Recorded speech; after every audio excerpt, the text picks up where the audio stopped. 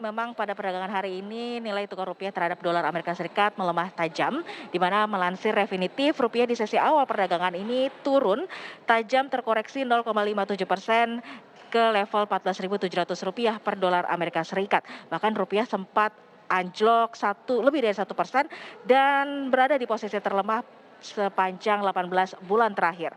Dari pantauan kami di salah satu money changer terbesar di Jakarta, memang belum ada lonjakan transaksi di tengah pelemahan rupiah pada perdagangan hari ini.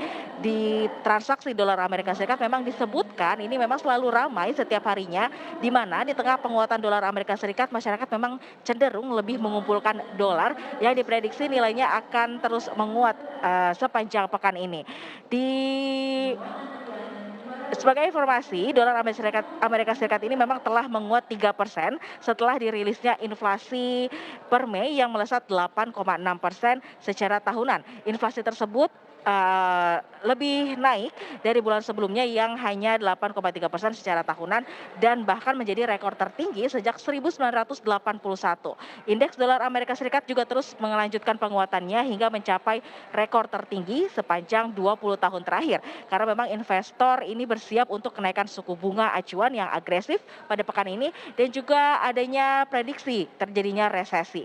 Sebelumnya Wall Street Journal dan Goldman Sachs juga telah memprediksi peluang sebanyak 90% bahwa Bank Sentral Amerika Serikat ini akan menaikkan suku bunganya sebanyak 75 basis point lebih tinggi dari prediksi awal yang hanya 50 basis point saja.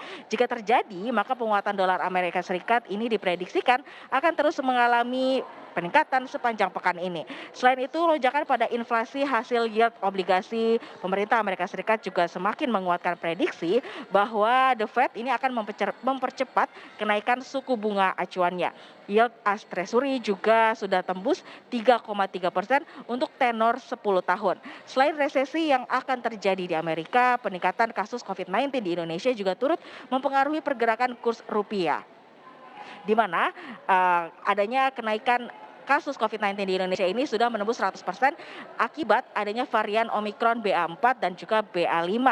Jika kita melihat pada 2020 lalu, pada awal lonjakan kasus COVID-19 di Indonesia, memang rupiah ini sempat anjlok cukup tajam, yakni menembus Rp16.000 per dolar Amerika Serikatnya.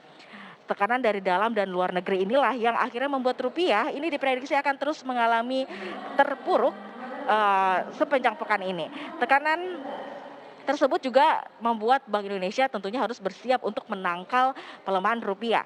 Kepala Departemen Kebijakan Ekonomi dan Moneter Bank Indonesia, Edi Susianto, ini mengatakan bahwa Bank Indonesia berharap bahwa pelemahan ini tidak berlangsung lama, di mana Bank Indonesia saat ini masih wait and see terhadap keputusan dari The Fed pada bulan ini. Saat ini BI memantau dengan ketat likuiditas valuta asing.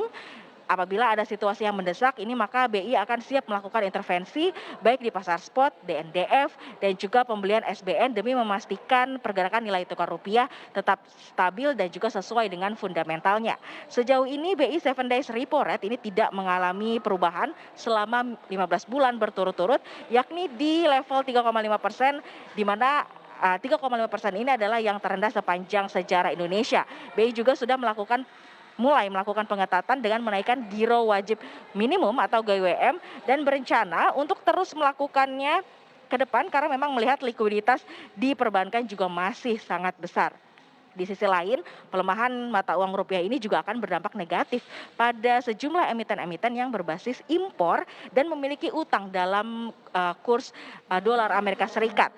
Penguatan kurs dolar juga mempengaruhi kenaikan harga bahan baku impor sehingga keuntungan emiten tersebut juga akan tergerus. Beberapa emiten yang kinerjanya akan semakin berat ini salah satunya adalah emiten farmasi seperti KLBF, emiten KF, dan juga INAF.